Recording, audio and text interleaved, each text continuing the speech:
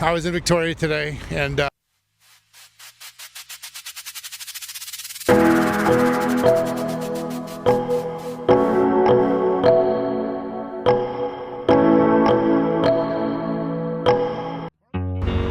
so listen, everywhere I go, all I see is I just find people doing dope. That's all I don't know if that's what I'm focused to find, but you know, when I go places, that's all I see. Maybe that's all I'm thinking about. Anyways, our government's doing shit about it. Every person that I ask, you know, what the government's doing, how do you feel about the government? How do you feel about the SROs? How do you feel about the transparency? What kind of what is safe supply? I asked all the people on the homeless and doing the dope, what is safe supply to you? And I always get the same answers, you know. I'm not going to answer for them. You can watch my videos. It's always the same stuff, you know. It's killing them. They don't want to do it. They're stuck in it. They can't get out of it. God help them. I just said that. Good man. What's your name? My name used to be Jason Anthony Miles. My name is now Master Genji Adonis Mays All Heart. That's a lot. Do you have just like a quick name? Just so if I put it on the screen. Uncle Mog. Uncle Mog. Drew Cooper, nice to meet you, bro. Nice to meet you. Wow. We had just a quick talk earlier. You told me a little bit about your life story, but I just want to ask you some questions. Really, just at the end of the day, I just want to know a little bit about you. How did you get on the street? So you're right now presently homeless. You don't have a roof over your head, correct? Yeah, that's true. I don't have a place to live right now. How long has it been since you haven't had a roof over your head? Well, almost say a year. What about a shelter? Have you lived in a shelter or anything like that? I've tried them, but it's not for me. It's too many people. I guess the way institutionalized and You're. So I didn't mean to interrupt. You're institutionalized. You said. Yeah. So, friends, I'm in Victoria today, and you know, it's like it don't matter where I go in this province. It's just everywhere, institutionalized. So I shared a little bit about my story. When did you start going inside? Well, the first time I went to jail, I was like 23, 24. Oh wow! And you said you've. This isn't where I picked it up. Oh, bro, that's really expensive. You said you spent about 20 years inside, in and out. Yeah. I asked you earlier about Pandora, and what did you say? Like going up to Pandora? I just don't go up there. It's just not for me. Everybody has their different choices and different ways of looking at things, right? And it's just not a place that I want to be. It's you know, everybody has their own flavors, right? So you know, is it dangerous? No, I mean it can be. Right? It can be to a regular person. Obviously, not too dangerous to you though. No, well, like I said, I've been in prison, so you know, being in prison and being on Pandora is kind of like the same thing, because you know the violence and you know the things you see. You know, the only thing that Pandora is different from prison is that it's co-ed on the street, but in prison, you know, it's just all men, right? Yeah. So have you heard anything about like how our government has changed rules around like the safe supply thing? Like, what do you think about safe supply and giving people like free medication like that? I don't agree with it myself personally. I think I've been doing yoga and meditation for the last 20-some years. I'm a Reiki healer, and I've helped a lot of people, probably over 10,000 men and women all across Canada and the world. I've helped them heal just from the power of their mind, and being able to do that gives me love and loyalty to people who may have never had or given love or loyalty. So to me, being able to help somebody in a natural way, it's better than that, because you're disabling, that when you give them medication, you're giving them something that they're already doing. It's like methadone, for example. Methadone, yeah. Why take methadone when all it does is eat your bones? So now you've got all these other problems instead of just one. Now you've got 20 problems. What do you think of the government doing this by giving it to people? Do you think they should give it to people, or do you think that they should kind of push them into treatment?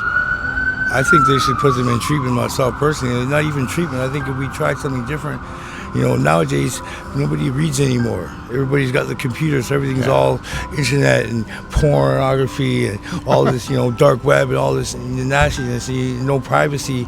I mean, these kids, they don't even have anything to read anymore. No, they just go on the internet and get all the answers for the test. I couldn't even believe it. Like, you're giving the answers on a test. And these people are supposed to, be leaders in the next part of our world. I don't agree with it. Funny enough, I was in court this morning, and before I went to court, I had to prepare some documents, and I just opened up the app on my phone, and I asked the AI company, ChatGTP, how I just said to the question that I had, and I said, how do I do this? I pressed the button, and within 4 seconds, a lawyer told me exactly what I needed to do. It's a gong show, right? I feel bad for the kids today because they never had it like us. The things that we did when we were kids, the kids don't have that today. It's really sad. What services are there in Victoria?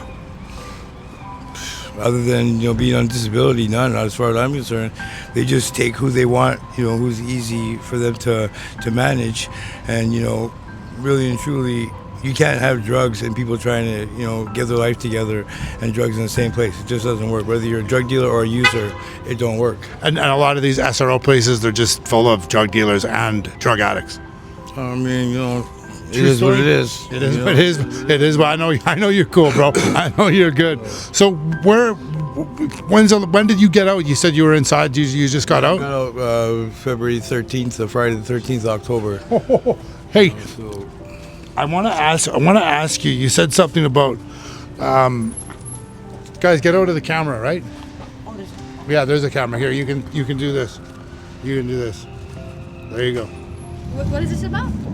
It's about life. Go. That's my camera. Go. I'm doing work. They're just kids. They don't know what they're doing, right? No. They're just inspired by the camera, right? They're just inspired by the camera. Kids are all about technology today. He doesn't care. They're all just trying to. These kids don't know what tough is. No, they don't really, because no idea. No clue. I mean, they just gang up on each other and do all kind of foul things to each other. And I mean, I got a 12 and 8-year-old and I'm already scared for them. I'm like, you've got kids. I got 2 girls. Yeah. Well, what are their names, bud? Janiqua and Jazaria. Where are they? They're with their mom.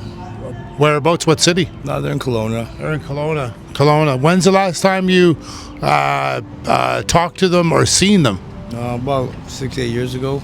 Wow. How does that make you feel that you haven't seen them? They haven't seen you for a while. That's tough. Okay. That hit you, eh?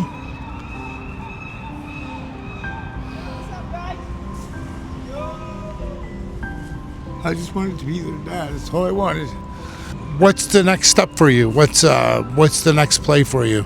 I don't even know, honest to God. I'm so lost right now. I've never felt like this in my life ever. Like, social workers in Victoria, they helping you out. Is there any services here to help you out? There is, but they don't really do nothing for you. It's kind of like just passing the buck. It's pass the buck. This place will do this place does, this place will do this place doesn't. I mean, I've been homeless basically for 20 years. Like, so when I started doing time, I've basically been homeless because I've been living in the pen.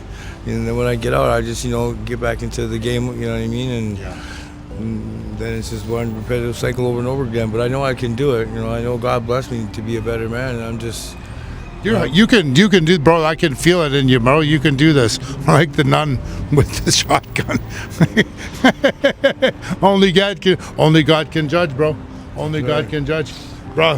Thank you so much, man, for talking with me. And you got my card. Like, if there's anything that I can do, you can hit me, bro. But this is all I can do, bro. Get my book out. Get your book out. Do your thing, bro. That's what you got to do, bro. 100%. You're awesome. It's just fucking tough everywhere, bro. Anyways, likewise, I was gonna say, the parking lot story. So we parked in the Eden Center parking lot. I used to work there like 33 years ago. Marks and Spencer was a warehouse manager. Went out with Linda. Oh man, she was so beautiful. She was an amazing woman. Fell in love, was my first love. Anyways, we're walking back to the car, and there's a lady in her car beside us. And she rolls her window down a bit and she goes, "Do you want to go in the booth?" And I'm like, I think I just got hit on by an elderly lady. I said, "Pardon me, ma'am." She said, do you know we're not allowed in the booth?" And I'm like, "What do you mean?" She's like, "Oh," I'm like, "I'm sorry, I thought you were hitting on me."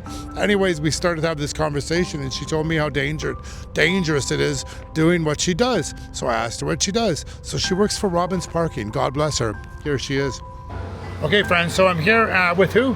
What's your name? Sandra. Sandra, nice to meet you. I was just getting in my son's car and you're just like, you just asked me out if you wanted me to go in the booth with you. What a beautiful, I haven't been hit on for months. How is this it felt beautiful. Thank you so much. Anyways, you were telling me after we had a little jokester about you hitting on me and me hitting on you, that you are nervous down here, so you work for the parking place, and it's a bit intimidating.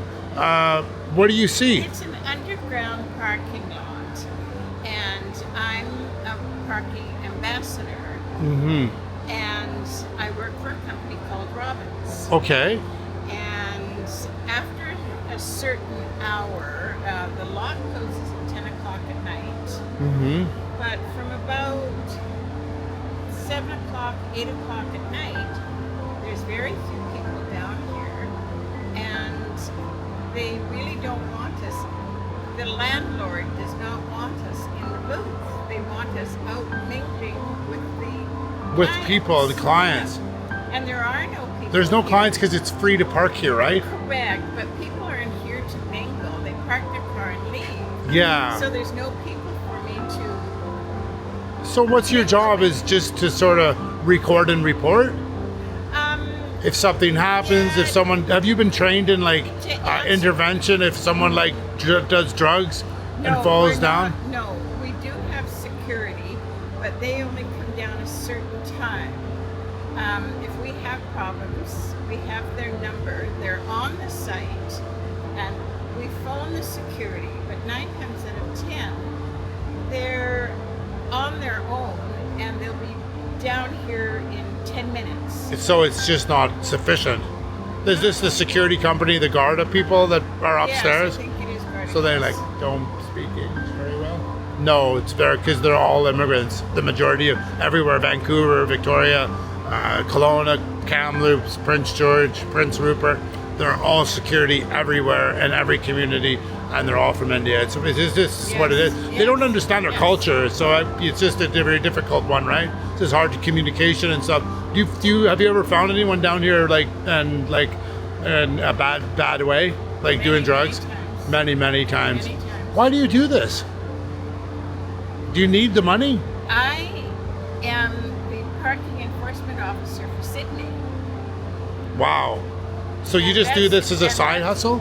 Yes, this is a side hustle. This is an extra 16 hours a week. Asking young guys to go into the booth with you. Oh, now you got my number. You know what? So it's just a side hustle for me. It's not strenuous. It's easy to do. Yeah, but it's dangerous. But it's dangerous, yeah. I don't- you know- Especially on what they call it. Do you have Welfare children? Wednesday. I don't. You don't have children. No. Well, if you had children, if I was your child, I wouldn't let you to do this job because it's very dangerous. It is. I just interviewed a gentleman just outside these doors about an hour and a half ago, and he's been in and out of prison for since he was 22 years old. He just did a 7-year stint, so that means M. If he did 7 years, that's like super bad. And he's smoking CRICK right up there on the top. Yeah, yes. So, I want you to take care of yourself. And it's more important than a side hustle. Going picking up guys on the beach. God bless you, girl. Nice talking with you. Your child, I wouldn't let her do the job. Not for $16 an hour.